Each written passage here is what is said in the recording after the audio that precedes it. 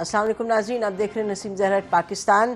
معاملہ وہی ہے جو کہ انکوائری کمیشن 1 ممبر بنایا ہے چیف جسٹس آف پاکستان کے کہنے پر پرائم منسٹر آف پاکستان نے اور کابینہ نے، اور ان کے ٹی او آرز بھی سامنے آ گئے ہیں. کل ہم نے ڈسکس بھی کیے ہیں. جو اور اس کے حوالے سے ڈیولپمنٹس ہوئی ہیں، اس میں ایک اہم ڈیولپمنٹ یہ ہے کہ پاکستان کے 300 لائرز جس میں کہ جو chief justice farmer chief justice صاحب جن کو بنایا گیا اس کا کمیشن کا ہیڈ 1 ممبر انکوائری کمیٹی کا ہیڈ، ان کے جو بیٹے ہیں ثاقب جیلانی صاحب، انہوں نے بھی دستخط کیا اس سٹیٹمنٹ پہ. اور یہ لب لباب یہ ہے کہ سو موٹو لے کے یہ کورٹ ہی کو معاملہ اپنے پاس رکھنا چاہیے تھا اور اس کی انویسٹیگیشن ہوتی اور اس پر آگے پروسیڈ کیا جاتا، نہ کہ یہ کہ ایک کمیشن گورنمنٹ اور ایگزیکٹو جو ہے وہ کمیشن بناتی. اور یہ بار بار ایک جو سامنے آ رہی ہے بات وہ یہ کہ جی ایگزیکٹو از الیجڈلی اکیوزڈ، تو اکیوز کیسے کمیشن بنا رہی. تو یہی ڈیبیٹ ہے. آج تیسرا دن ہے جو ہم لے کے اس ڈیبیٹ کو آگے چل رہے ہیں. اس لیے اہم ہے ڈیبیٹ کیونکہ معاملہ اہم ہے. معاملہ اہم اس لیے نہیں ہے کہ پہلے کبھی اس طرح کی مداخلت نہیں ہوئی یا ہوتی نہیں رہی، لیکن اس لیے اہم ہے کیونکہ 6 ججز نے سامنے آ کے کھل کے بات کی تو لوگوں کے ذہنوں میں یہ سوال اٹھا کہ کیا اس کے بعد جو معاملات مداخلت کے ہیں ان کو کسی سہل طریقے سے، صحیح طریقے سے، قانونی طریقے سے، آئینی طریقے سے کیا اس کو ختم کیا جا سکتا ہے. تو یہ بڑا سوال ہے لوگوں کے ذہن میں، which is why the process is important کہ اس خط کے بعد آگے کس طرح بڑھا جائے. اور بڑھا جائے کہ تو اب سوال نہیں رہا کیونکہ چیف جسٹس صاحب کے کہنے پہ حکومت نے ایک 1 ممبر انکوائری کمیشن بٹھا دیا ہے. اب دیکھنا یہ ہے کہ یہ تمام ہے ڈیوائیڈڈ اوپینین ہے جو اس پہ کرٹیسزم ہو رہا ہے، کیا اس کا کوئی اثر ہوگا اس پہ یا نہیں، یا یہ باتیں بس تنقید کے حد تک رہیں گی. لیکن جو ریئل پالیٹک کی لوگ بات کرتے ہیں کہ جی چھوڑیں، کچھ ہو نہیں سکتا، اگلے بڑے طاقتور ہیں، ادھر لوگوں کو پریشانی ہے، فائلز بہت سی کھل جاتی ہیں ہر ایک کی، تو اس لیے اب اسی طرح چلے گی بات جیسے ہے، اس سے بڑھ کے کچھ نہیں ہوگا. تو اسی پر بات کرنے کے لیے ناظرین ہم نے ایک پینل کو مدعو کیا ہے جو کہ ان معاملات جو پاور پالیٹکس کے ہیں، جوڈیشری کے ہیں، ان کو سمجھتے ہیں اور دیکھتے رہے. ہمارے ساتھ اسٹوڈیو میں موجود ہیں متی اللہ جان صاحب، سینئر اینالسٹ، اینکر، پروگرام صحافی ایٹ نیو نیوز، کرتے ہیں پروگرام اور اپنا یوٹیوب چینل ہے MJ TV. تھینک یو متی آنے کا. مظہر عباس صاحب ہیں، senior analyst, columnist, political analyst ہیں، اور 4 دہائی تقریباً ہو گئی ہے کہ یہ پاکستان کی پاور پالیٹکس کو بڑی قریب سے دیکھتے ہیں، اپنا پروگرام بھی کرتے ہیں، جو نیوز پہ رپورٹ کارڈ میں آتے ہیں، کالم بڑی باقاعدگی سے لکھتے ہیں. تھینک یو مظہر. حسن رضا پاشا صاحب ہیں، فارمر چیئرمین ہیں پاکستان بار کاؤنسل کی ایگزیکٹو کمیٹی کے. بہت شکریہ حسن رضا پاشا صاحب. اور بیرسٹر صلاح الدین ہیں ناظرین، former president Sindh high court کے. آپ کا بھی بہت بہت شکریہ. تو ویری کوئکلی متی آپ سے شروع کرتے ہیں. پہلے تو یہ جو 300 جو ہیں لائرز انہوں نے لکھا ہے، اس کا کوئی معنی ہے، اس کا کوئی اثر ہے، اس کا کوئی امپیکٹ ہے؟ دیکھیں ڈیفینیٹلی اس کا امپیکٹ ہے. یہ 333 لائرز ہیں اور ان کو آپ اگنور نہیں کر سکتے. اور یہ تمام وہ ٹاپ کے لائرز ہیں جس کو آپ کہہ سکتے ہیں کریم ہے لائرز کمیونٹی کی ہماری، جن کا کوئی پولیٹیکل ایجنڈا ہے سچ نہیں ہے. انفارچونیٹلی ہم دیکھ رہے ہیں کہ پاکستان بار کونسل جو کہ ایک اسٹیچوٹری باڈی ہے، وہ اتنے کیٹیگورک اور کلیئر طریقے سے اس معاملے پہ سامنے نہیں آ سکی. اور اس کی وجہ یہ ہے کہ پاکستان بار کونسل کے جو نئے چیئرمین ہیں ایگزیکٹو کمیٹی کے، جو فاروق اشنائک، وہ پاکستان پیپلز پارٹی کے جیالے ہیں وہ، اور فارمر لا منسٹر بھی رہے ہیں. اور دوسری طرف جو ریاضت صاحب ہیں، ریاضت سحر صاحب، وہ بھی بہت کلوز ہیں پیپلز پارٹی کے. ان 2 لوگوں نے اپنا ایک بیان جاری کیا ہے. بار کونسل کی باڈی میں یہ کوئی چیز ڈسکس نہیں ہوئی، نہ ہی بار کونسل کی کوئی قرارداد. اگر آپ اجازت دیں تو جو آپ فاروق نائک صاحب کی بات کرتے ہیں تو مجھے یہ بڑی مذائقہ خیز بات ہے. انہوں نے پہلے دن لکھا ہے emergency meeting called after 10 days. After 10 days exactly. تو میرے خیال میں انفارچونیٹ ہے کہ نہ تو پاکستان بار کونسل اور نہ ہی سپریم کورٹ بار جو ہیں وہ کلیئر اپنی ایک سٹینڈ لے سکیں. اور کلیئر سٹینڈ کیا تھا؟ کلیئر سٹینڈ یہی تھا کہ 6 اسلام آباد ہائی کورٹ کے سٹنگ ججز جن کے سامنے یہی پاکستان بار کونسل کے نمائندے بڑے لائرز اور جو لیڈران ہیں سپریم کورٹ بار کے یہ پیش ہوتے ہیں روزانہ. اور اب لگتا یہ ہے کہ بار کونسل اور سپریم کورٹ بار کے جو عہدیداران ہیں وہ بھی ان 6 ججوں پہ بلیو نہیں کر رہے اور وہ تالیاں بجا رہے ہیں کہ جناب حکومت نے واوا ایک ریٹائرڈ جج کا کمیشن بنا دیا ہے. مجھے تو افسوس ہوتا ہے کہ ایک آئینی عہدیدار ہیں, ہائی کورٹ کے ججز آئینی عہدہ رکھتے ہیں, وہ ایک اسٹیچوٹری باڈی کے ایک ریٹائرڈ جج کے سامنے پیش ہوں گے. اور آپ دیکھ لیجئے گا نسیم, یہ جتنے بھی لوگ اب سپورٹ کر رہے ہیں گورنمنٹ کے ایکشن کو, ان کو شرمندگی اٹھانی پڑے گی. اور آئی ایم شیور کہ جو اگر تھوڑا سا بھی جسٹس تصدق جیلانی جو ہیں وہ تھوڑا سا بھی اگر سوچیں گے اپنے اس کنسنٹ کے اوپر تو وہ جلد ہی اس کے بارے میں بھی کوئی فیصلہ ضرور کریں گے. مجھے امید ہے, کیونکہ جسٹس تصدق جیلانی نے بھی میرے خیال میں جو ابھی تک ان کے طرف سے اگر کنسنٹ گئی بھی ہے, ابھی تک کلیئر نہیں ہے ان کے کیا سچویشن ہوئی تھی, تو وہ کنسنٹ بھی شاید کسی غلط فہمی کی بنیاد پہ تھی, لیکن میرے خیال میں ایک بڑا غلط پریسیڈنٹ سیٹ ہوگا. اب جسٹس تصدق جیلانی اگر انٹیلیجنس ایجنسیوں کے خلاف بھی اگر کوئی رائے دے دیتے ہیں, اس کی اتنی اہمیت نہیں ہوگی جتنی اہمیت سپریم کورٹ کے فل کورٹ کی سو موٹو کارروائی کی ہوتی یا پھر سپریم جوڈیشل کاؤنسل کی ہوتی. تو میرے خیال میں یہ چیز جسٹس قاضی فائز عیسیٰ نے بھی ایک سٹیپ بیک کیا ہے اپنے اس اصولی موقف اور پوزیشن سے کہ جب وہ اپنے, میں سمجھتا ہوں جب عہدے سے وہ ہٹائے گئے تھے تو اس کی خاطر انہوں نے اس کو ایک پبلک امپورٹنس کا مسئلہ بنا کے 1843 میں پٹیشن بھی کی تھی اور پھر ریویو میں بھی گئے تھے. تو میرے خیال میں 6 ججوں کی طرف سے اتنے سنگین الزامات, خفیہ الزامات پہ, یہ تو ایک زیادہ بڑا میں سمجھتا ہوں پبلک امپورٹنس کا میٹر ہے, کیونکہ یہ ہائی کورٹ کے سٹنگ ججز ہیں, یہ نہ تو کوئی وکیل ہیں نہ یہ کوئی ریٹائرڈ جج. اچھا, تو دلچسپ بات آپ کریں, آپ نے کہا کہ 184(3) کے تحت جسٹس قاضی فائز عیسیٰ صاحب جب ان کے ساتھ بہت زیادتی ہوئی تھی تو انہوں نے اس کو انووک کر کے گئے تھے. اچھا جی, میں چلتی ہوں مظہر, کوئکلی آپ سے بھی پوچھتے ہیں یہی سوال کہ آپ اس معاملے کو کیسے دیکھ رہے ہیں before I go to the lawyers then. جی دیکھیں نسیم, ہم بہت پولرائز سوسائٹی ہو گئے ہیں اور اتنی پولرائزیشن ہو گئی ہے, جوڈیشل پولرائزیشن ہو گئی ہے, پولیٹیکل پولرائزیشن ہو گئی ہے. کوئی چیز میرے حق میں ہوگی تو وہ فیصلہ درست ہوگا, کوئی چیز میرے خلاف ہوگی تو وہ فیصلہ غلط ہوگا. یہاں نہ آئین میٹر کرتا ہے نہ قانون میٹر کرتا ہے, یہاں میٹر کرتا ہے میری خواہش کے مطابق فیصلہ میٹر کرتا ہے.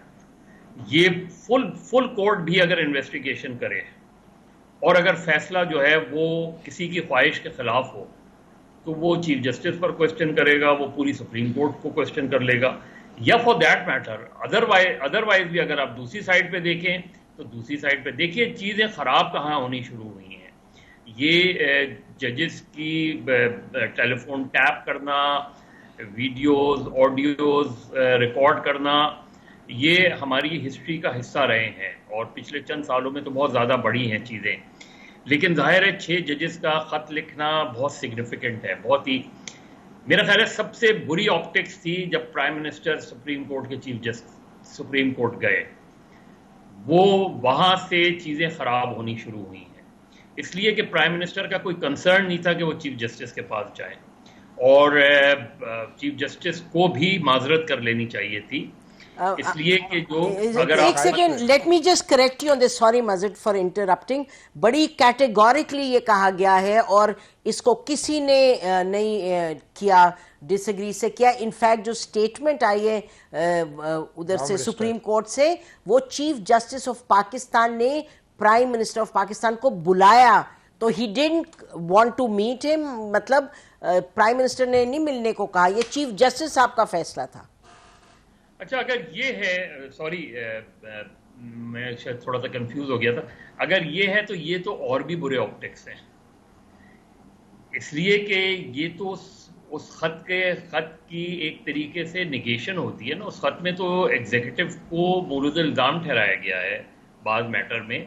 کیوں بلایا؟ اگر اس کا مطلب یہ ہے کہ جو کمیشن آف انکوائری بنا ہے وہ بھی سپریم کورٹ کے ہی کہنے پر بنا ہے, پھر اور یہ تجویز بھی ظاہر ہے بلایا تو اسی وجہ سے کیا ہوگا, کوئی ان کو سمن یعنی ایز سچ کوئی لیگل سمن تو نہیں کیا گیا ان کو.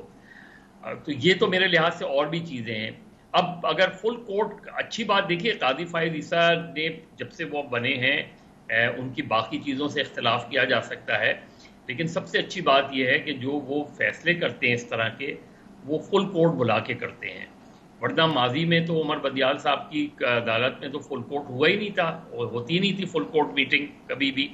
تو یہ جو بھی فیصلہ ہوا ہے اس میں بظاہر ججز کا ڈسنٹ نظر نہیں آتا اس معاملے پہ. اگر ہے تو مجھے نہیں علم، لیکن جب فیصلے کا اعلان ہوا تو یہ چیزیں ہوئی ہیں جس طرح موو کر رہی ہیں.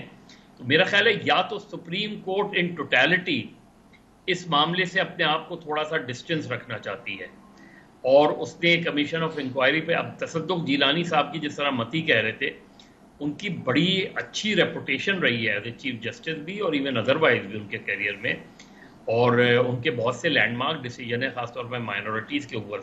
یہ ایک بہت سینسٹیو معاملہ ہے، اور اس پہ وہ آ کے اس وقت جو بھی ریئیکشن آ رہا ہے بار ایسوسی ایشن کا، ایمیننٹ لائرز کا، اس کو یقینی طور پہ تصدق جیلانی صاحب جیسے فارمر چیف جسٹس ضرور اس پر غور کر رہے ہوں گے کہ میں اگر اس میں آیا اور اس میں اپنے آپ کو انوالو کیا اور شروع کی، تو اس میں مجھے کوآپریشن کہاں سے ملے گی؟ اگر لائر سے کوآپریشن نہیں ملتی، اگر فرض کریں ان ججز سے ہی کوآپریشن نہیں ملتی، تو پھر تو یہ میٹر ختم ہی ہو جائے گا، کلوز ہو جائے گا یہ میٹر اس لحاظ سے. تو میرے خیال میں وہ اس کی انکوائری شروع کرنے سے پہلے ان چیزوں کو ضرور مد نظر رکھیں گے. لیکن میں پھر یہ کہوں کہ چونکہ ہمارا یہ معاملہ اتنا پولرائز اور پولیٹیسائز ہے معاملہ، کہ اس کا منطقی انجام جو ہے وہ، اگر ایک پارٹی سمجھ رہی ہے اس کا منطقی انجام یہ ہو، تو دوسری پارٹی بالکل دوسرا سمجھ رہی ہے. تو میرا خیال ہے اٹس اے کمپلیکیٹڈ سچویشن، اور اس کے بڑے فار ریچنگ جو ہے کانسیکوینسز ہوں گے، آپ ابھی ہوں کچھ عرصے بعد ہوں. لیکن میرا بہت کم خیال وہ ہے کہ شاید اس سے وہ معاملات رکیں گے جسے ہم انٹرفیرنس کہتے ہیں، جسے ہم دباؤ کہتے ہیں. وہ دباؤ کہیں نہ کہیں وقتی طور پہ کم ہو جائے تو ہو جائے، لیکن بہت سے معاملات ایسے ہیں کہ جس میں ڈائریکٹلی اور انڈائریکٹلی وہ دباؤ برقرار رہے گا. اہم معاملہ ہے 6 ججز کا جو خط آیا تھا، اس کے بعد جو پروسیس آگے بڑھا ہے اہم ہے، اس لیے ہم اس پر 3 روز سے پروگرام کر رہے ہیں. جی حسن رضا پاشا صاحب.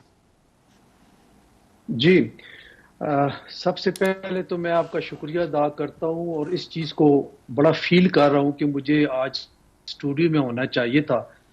آپ نے ایک بہت اہم قانونی آئینی ماہر بٹھایا ہوا ہے جس کو یہ احساس نہیں ہے کہ کس طریقے سے نام لینے ہیں اور کس طریقے سے اداروں کے بارے میں بات کرنی ہے. Pakistan bar council highest statutory body یا لائرز اکراس دی کنٹری، اور سپریم کورٹ بار ایسوسی ایشن ہائیسٹ بار ایسوسی ایشن ہے پورے ملک کے سپریم کورٹ کے لائرز کی. اور ہم نے بڑی ڈیلیبریشن کے ساتھ اپنا بڑا کلیئر کٹ ویو لیا، جس کو یہ فرما رہے ہیں جی کہ کوئی کلیئرٹی نہیں ہے. کمال ہو گئی ہے. اگر ہم گالیاں دیں لوگوں کو تب تو کلیئرٹی ان کی نظر میں بنے گی، اور اگر ہم آرام سے بات کریں، کنڈیم کریں ان واقعات کو جو ان 6 معزز جج صاحبان نے اپنے خط میں کیٹیگریکلی مینشن کیے. کون سی بار ایسوسی ایشن ہے اس ملک کی بشمول سپریم کورٹ بار اور بار کونسل کے جنہوں نے ان واقعات کو کنڈیم نہیں کیا؟ سر اگر آپ مجھے اجازت دیں، جی پاشا صاحب اگر آپ مجھے اجازت دیں، دیکھیے سب آپ یہاں تشریف لاتے ہیں اور آپ لوگ کی بڑی مہربانی. میں 1 سیکنڈ میں اگر مجھے آپ ایک لائن کہنے دیں آپ کی اجازت سے. میں یہ کہہ رہی ہوں بھائی کہ آپ کے پاس موقع آپ فرمائیے، کیونکہ میں نے متی کو نہیں سنا کہتے ہوئے کہ کوئی گالی دے یا کچھ. ہاں اس نے یہ ضرور کہا ہے کہ جی انہوں نے یہ ضرور کہا ہے کہ ابھی نہیں کہا جی، اس پروگرام میں تو نہیں کہا انہوں نے، اس پروگرام میں کہا جی. میری عرض تو سن لینا، انہوں نے یہ کہا ہے کہ سپریم کورٹ بار اور پاکستان بار کونسل نے کوئی کلیئر سٹینڈ نہیں دیا. جی یہ کہا ہے انہوں نے، یہ کہا ہے میں نے، اور میں نے یہ کہا ہے کہ کیا ہم کسی کو گالیاں دیں تب کلیئر ہوتا ہے؟ وہ تو میں نے کہا ہی نہیں. جی جی اچھا ٹھیک ہے فرمائیے. جی جی آپ بولیے گا، آپ کے پاس موقع ہے، آپ کے پاس موقع ہے، فرمائیے. آپ موقف دے دیں. جی میں یہ عرض کر رہا ہوں کہ کلیئر کٹ ورڈز میں کنڈیم کیا، اور ساتھ دوسرا مطالبہ تمام بار کونسلز اور بار ایسوسی ایشنز نے یہ کیا کہ اس کی تحقیقات ہونی چاہیے.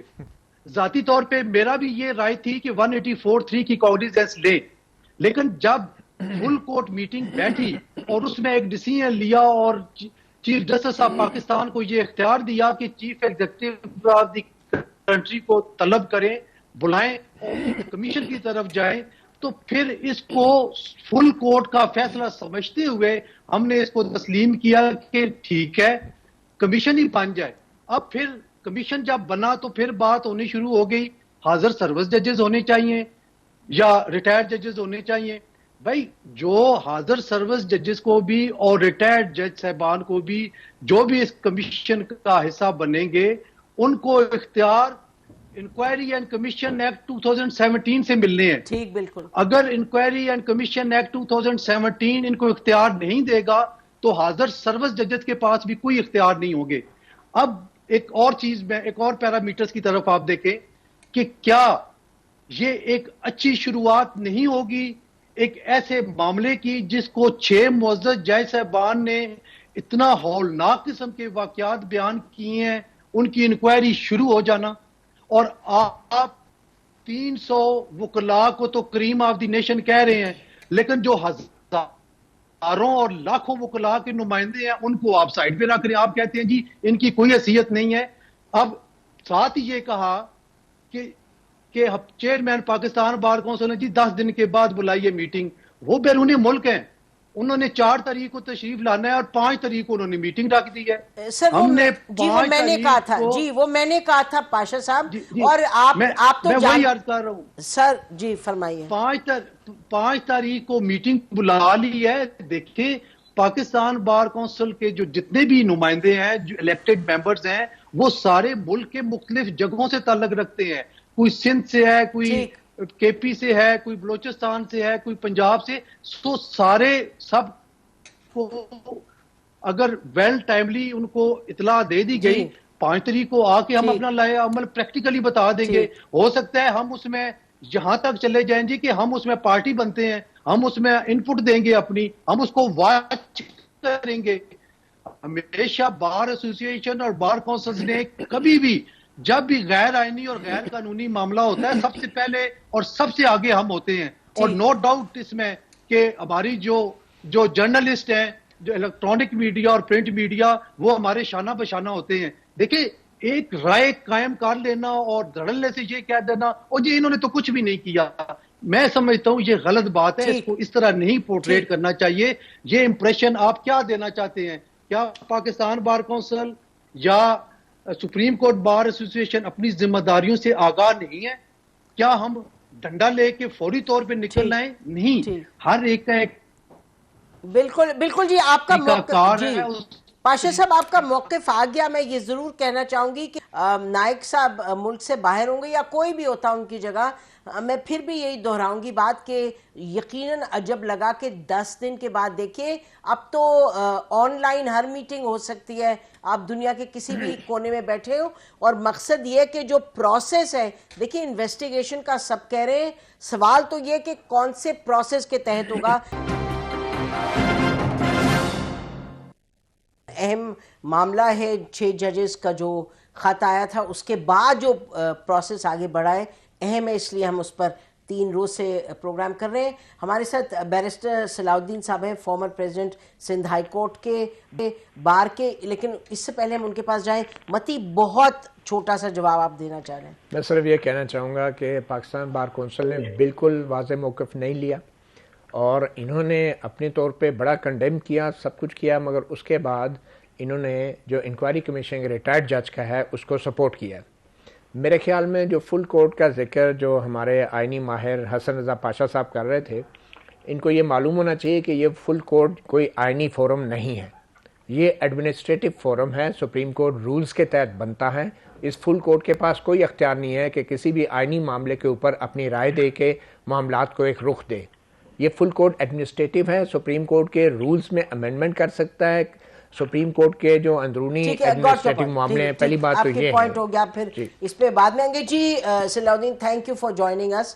اچھا بتائیے مجھے کہ آپ کس طریقے سے دیکھ رہے ہیں اس معاملے کو، کیونکہ یہ خط جو ہے، جو ابھی اسٹیٹمنٹ آئی ہے جس میں 330 سے اب زیادہ ہو گئے سائن جنہوں نے کیا. اور ابھی یہ جو ڈیبیٹ ہو رہی ہے کہ جی اصل میں انکوائری جو کمیشن ہے جیسے بھی بتا رہے ہیں پاشا صاحب, انہوں نے کہا کہ جی اگر ریٹائرڈ جج ہوتے سرونگ ایک ہی بات تھی, ان کے پاس پاور ہوگی, اتھارٹی ہوگی, تو اس میں یہ یعنی کہ اس میں کیا مذائقہ ہے, اس میں کیوں لوگ اس کو اپوز کر رہے ہیں. جی جی تھینک یو جی. میں سمجھتا ہوں کہ جو بنیادی مطالبہ ہے وہ صحیح ہے کہ یہ معاملہ جو کمیشن کے حوالے کر دیا گیا ہے, اس میں بھی پاشا صاحب کی جو ذاتی رائے ہے, ان کی جو بار کاؤنسل کی اجتماعی رائے کوئی اور ہوگی, مگر جو ان کی ذاتی رائے ہے اس سے میں اتفاق کرتا ہوں کہ اس کو سپریم کورٹ کو خود 184(3) میں اس معاملے کو ٹیک اپ کرنا چاہیے تھا, اور جو بھی انکوائری ہوتی, چاہے سپریم کورٹ ڈائریکٹ آرڈرز دیتی کسی ایجنسی کو آرٹیکل 190 کے تحت کہ آپ اس میں تحقیقات کریں, یہ فلاں ڈائریکشن میں یہ چیزیں ٹی او آر کے تحت ان چیزوں کا جواب لے کے آئیں, یا سپریم کورٹ خود کوئی کمیشن قائم کرتی, تو جس طرح انہوں نے بے شمار کیسز میں ماضی میں 184(3) میں کیا ہے, تو وہ بہتر طریقہ تھا. بات یہ ہے کہ جس طرح مظہر صاحب نے فرمایا کہ یہ ایشو ایک تو اس کو یہ پہلی بار نہیں ہو رہا, یہ کافی عرصے سے ہو رہا ہے, اور شدت شاید پچھلے 5-7 سالوں میں زیادہ اختیار کر لی ہو, مگر مسئلہ یہ بار بار یہ ایشو آتا ہے. آج بے شک پی ٹی آئی وکٹم ہوگی, بینیفیشری کوئی اور ہوگا, کل کو P M L N victim بھی بینیفیشری پی ٹی آئی تھی. یہ چیزیں تو ہوتی رہیں گی جب تک آپ اس معاملے کو کہیں روکیں گے نہیں, اور روکنے کا طریقہ یہ تھا کہ سپریم کورٹ ایک انسٹیٹیوشنل جواب دیتی, اور وہ 184(3) میں معاملے کو ٹیک اپ کر کے اسی طریقے فل کورٹ قائم کر کے اسی طریقے سے ہوتا. کیونکہ اگر آپ کو دیکھیں صرف ایشو تحقیقات کا نہیں ہے, آپ نے ماضی میں دیکھا ہے 1996 میں سپریم کورٹ کے سامنے تمام دستاویز سامنے رکھے گئے تھے کہ ججز کے چیمبرز, ان کے ریزیڈنسز, ان کے فون سارے ٹیپ ہو رہے ہیں. اس پہ سپریم کورٹ نے کہا کہ یہ بالکل غیر آئینی ہے, یہ عدالت کی آزادی کے خلاف ہے, سب کچھ ہے, اور یہ ہرگز نہیں ہونا چاہیے. اور اس کے تحت انہوں نے بے نظیر بھٹو صاحبہ کی جو گورنمنٹ تھی اس کی ڈسولوشن اپ ہولڈ کی تھی کہ یہ, اور انہوں نے ذمہ داری عائد وزیر اعظم صاحبہ پہ کی تھی کہ بے شک ان کو معلوم ہو یا نہ معلوم ہو, as head of government she is responsible. مگر انہوں نے اس وقت جو بے نظیر بھٹو صاحبہ کا جو مطالبہ تھا, انہوں نے کہا تھا انٹیلیجنس ایجنسیز میرے کنٹرول میں نہیں ہیں, اور انہوں نے ثبوت سامنے کیے تھے کہ میرے فونز اور میری بھی ریزیڈنسز ٹیپ کر رہے ہیں. مگر وہ چیز اگنور کرتے ہوئے سپریم کورٹ نے ایک جنرل آبزرویشن دے دی کہ آئندہ یہ نہیں ہونا چاہیے. اور اچھا ایک سیکنڈ, مجھے تھوڑا سا اس پہ سوری ایک اور میں ایڈ کرنا چاہ رہا ہوں صرف ایک اور. جی اس کے بعد پرویز مشرف صاحب کے دور میں جب افتخار چودھری صاحب کی پٹیشن آئی تھی, اس وقت بھی جج صاحبان کو گورنمنٹ کی طرف سے تصویریں, جج صاحبان کے گھروں کے اندر کی تصویریں, ان کو باقاعدہ ایپلیکیشن کے ذریعے فائل کیا گیا تھا سپریم کورٹ کے ججز کو ٹیررائز کرنے کے لیے. اس پہ بھی سپریم کورٹ نے ایکشن کیا لیا تھا, انہوں نے جو وکیل تھا, اے او آر تھا, جس نے ایپلیکیشن فائل کی تھی, اس کا لائسنس سسپینڈ کر دیا تھا, اور ₹1,00,000 کا جرمانہ حکومت کے اوپر عائد کر دیا تھا. تو جب آپ کی کسی بھی انٹیلیجنس آپریٹو, کسی انٹیلیجنس آفیسر کے خلاف کوئی کارروائی نہیں ہوئی تھی, تو جب آپ کا رسپانس اس قسم کا آئے گا تو پھر دوسرے جو آپ کی آزادی سلب کرنا چاہتے ہیں وہ تو انکریج ہی ہوں گے.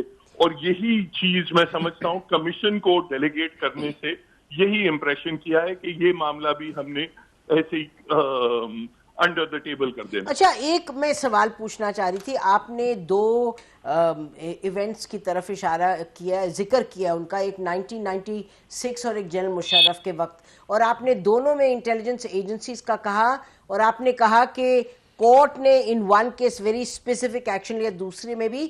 تو جب یہ اس طرح کی ایلیگیشن آئی تھی سامنے اگینسٹ انٹیلیجنس ایجنسیز, تو جنہوں نے لگائی تھی ان سے کہا گیا تھا کہ ایویڈنس لے کے آئیں. بالکل کچھ نہیں کہا گیا تھا.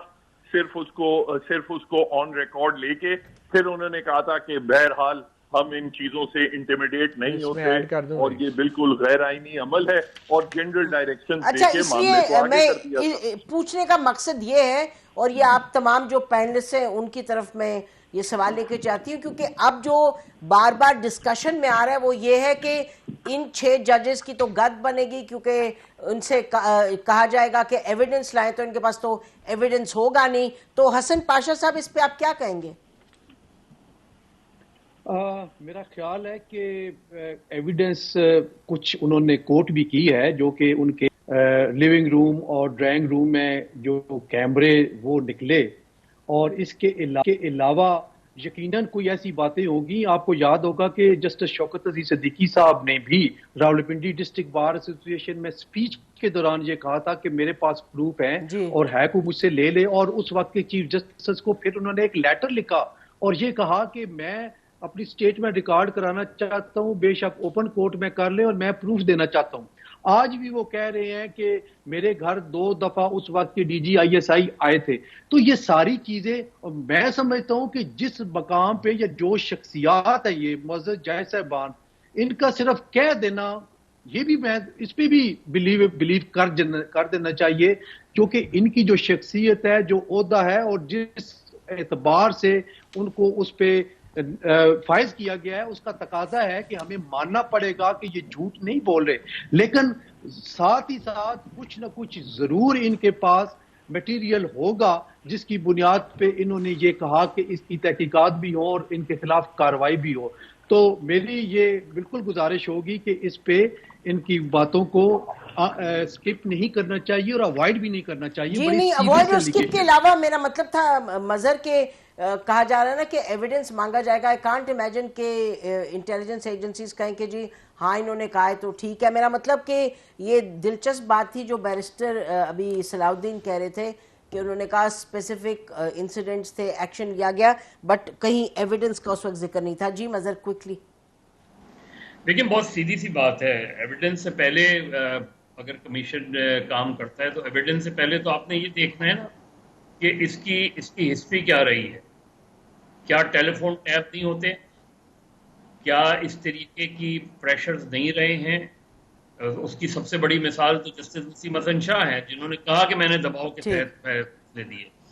اس کے بعد کے بھی واقعات اٹھا لیں, اس کے بعد لوگوں کی آڈیو ٹیپ اٹھا لیں جوڈیشری میں, تو ایک ہسٹری اس چیز کو تقویت دیتی ہے کہ جو 6 ججز کہہ رہے ہیں ان کی بات میں وزن ہے. جی دوسری بات یہ کہ ان کے اگر کسی کو آ کے کسی نے کہا کہ فلاں نے آپ کو بلایا ہے, تو جو شخص آیا ہے اور جو جج یہ بات کہہ رہا ہے کہ یہ اس شخص نے آ کے یہ بات کی ہے, اور تو وہ ایک ایویڈنس موجود ہے. پھر بگنگ ڈیوائس, ظاہر ہے کوئی جج نے دیکھا تو نہیں ہوگا کہ کون لگا رہا ہے بگنگ ڈیوائس, ہماری رابطہ کون ہے ویسے بگنگ ڈیوائس, کس کا انٹرسٹ ہوتا ہے, کون اس جج انکلیو میں گھسا اور اس نے جا کے ایک ڈیوائس لگا دی. ظاہر ہے اس کا جواب ان لوگوں سے ہی وہ ڈینائی کریں گے, obviously وہ ڈینائی کریں گے. جی مطلب ہم یا انکوائری میں نہیں چاہ رہی, میرا مطلب یہ نہیں کہ ہم انکوائری یا شروع کر دیں, but I was just raising this کیونکہ وہ دلچسپ تھا جو صلاح الدین صاحب کہہ رہے تھے کہ اس وقت لگتا ہے کہ یہ بات نہیں ہوئی تھی کہ ایویڈنس لے کے آئیں یا کچھ لے کے آئیں. متی کہاں جائیں گے یہاں سے, مطلب دیٹس دا کی کوسچن. نسیم 1996 میں جب بے نظیر بھٹو کی حکومت کے اندر خفیہ ٹیپیں پکڑی گئی تھی, تقریباً 7,500 کے قریب یہ خفیہ ٹیپیں سپریم کورٹ کی کسٹڈی میں باقاعدہ دی گئی تھی, اور وہ بکسہ بھرا ہوا سپریم کورٹ کے پاس ابھی بھی پڑا ہے 1996 کی جو آڈیو ٹیپ سی, ججز کی بھی, وکلا کی بھی. اور آپ کو مزے کی بات بتاؤں, ایک میجر صاحب گرفتار بھی ہوئے تھے اور ان کو ہتھ کڑی لگا کے سپریم کورٹ میں پیش کیا جاتا تھا. یہ شاید آپ میں سے بہت کم لوگوں کو یاد ہوگا, مگر وہ میجر صاحب ایک ریٹائرڈ میجر تھے. اور وہ کون تھے؟ وہ کسی ISI یا کسی فوجی ایجنسی کے نہیں تھے, وہ انٹیلیجنس بیورو کے سربراہ تھے, میجر ریٹائرڈ مسعود شریف, جن کو آپ بھی جانتے ہیں اور ہم سب جانتے ہیں. ان کو ہتھ کڑی لگا کے پیش کیا جاتا تھا. تو سپریم کورٹ تو اس حد تک جاتی رہی ہے اس معاملے کے اوپر. اب دوسری بات یہ کہ چیف جسٹس قاضی فائز عیسیٰ نے خود فل کورٹ فل کورٹ اجلاس نہیں، میں پھر کہوں گا یہ فل کورٹ میٹنگ کی کوئی آئینی حیثیت نہیں ہے. فل کورٹ کمرہ عدالت میں کیوں نہیں لگائی؟ کیونکہ چیف جسٹس قاضی فائز عیسیٰ ایک ایسے ہی مسئلے کے اوپر بیٹھے ہیں ابھی تک، اور وہ ہے آڈیو لیکس کمیشن، جس نے ابھی تک اپنی کارروائی آگے نہیں بڑھائی. اور اس کمیشن میں زیادہ تر کنورسیشن وہ حکومت نے فارورڈ کی تھی جن کا براہ راست تعلق جو تھا جسٹس مظاہر نقوی سے بنتا تھا. اب وہ مظاہر نقوی صاحب چلے گئے تو اب آڈیو لیکس کمیشن کا اجلاس بھی نہیں ہو رہا. اچھا، اب تیسری بات یہ ہے کہ حکومت نے اور بظاہر سپریم کورٹ نے دونوں نے مل کر اپنے آپ کو اس معاملے سے ایسے ڈسٹنس کر لیا ہے، وہ اس طرح کہ اگر ریٹائرڈ جج کا کمیشن کوئی رپورٹ یا ریکمنڈیشن دے بھی دے گا تو اس کے اوپر عمل درآمد کی ذمہ داری سپریم کورٹ کی نہیں ہوگی، وہ اس کے اوپر عمل درآمد کی ذمہ داری حکومت کی ہوگی. اور اس کمیشن کا وہی حشر ہوگا یا حال ہوگا جو حامد میر کمیشن کا ہوا، سلیم شہزاد کمیشن کا ہوا. حیات اللہ خان کمیشن کی رپورٹ آج تک منظر عام پہ نہیں آئی، حامد میر کی بھی نہیں آئی، اور دیگر جو کمیشنز ہیں. تو کیا ہوگا؟ سپریم کورٹ کے آرڈر پہ تو ایک کمیشن نہیں بنا، کہیں بھی کوئی جوڈیشل آرڈر نہیں ہے. ایک پریس ریلیز ہے جس میں کہا گیا کہ وزیر اعظم سے ملاقات ہوئی اور یہ طے ہوا کہ انکوائری کمیشن بنے گا. تو مسئلہ یہ ہے کہ سپریم کورٹ بھی اب بری طرح اس میں جو ہے پھنسی ہے، کیونکہ اگر وہ سو موٹو نہیں لیتے یا یہ معاملہ جوڈیشل کونسل میں نہیں اٹھایا جاتا ہے، جو کہ بنیادی طور پہ مقصد تھا ان 6 ججوں کا جنہوں نے مخاطب کیا سپریم جوڈیشل کونسل کو اور چیف جسٹس کو، اگر یہ سپریم کورٹ کے اندر یہ معاملہ ٹیک اپ نہیں ہوتا تو پھر میرے خیال میں چیف جسٹس قاضی فائز عیسیٰ جو ہیں ان کی جتنی بھی شہرت ہے، جتنی بھی ریپوٹیشن ہے، اس کو بہت سیریسلی ڈیمیج ہوگا. کیونکہ وہ ایک خاص امپریشن کے تحت وہ انہوں نے ایک تاریخ رقم کی خود اپنا کیس کر کے، اور انہوں نے بھی یہ الزام لگایا تھا کہ انٹیلیجنس ایجنسیز جو ہیں وہ ان کی پرائیویٹ معلومات ایف بی آر سے اور کلیکٹ کر رہی ہیں، بلکہ اے آر یو جو ایک رولز کے تحت بنایا گیا ادارہ تھا اس کے بعد کوئی اختیار نہیں تھا کہ وہ ایک سپریم کورٹ اور اعلیٰ عدلیہ کے ججز کے خلاف انفارمیشن کو کلیکٹ کرے. جب اے آر یو کے پاس اختیار نہیں تھا اور اتنا سیریس معاملہ تھا کہ فل کورٹ نے بیٹھ کے جسٹس قاضی فائز عیسیٰ کو جو ہے ان کی نوکری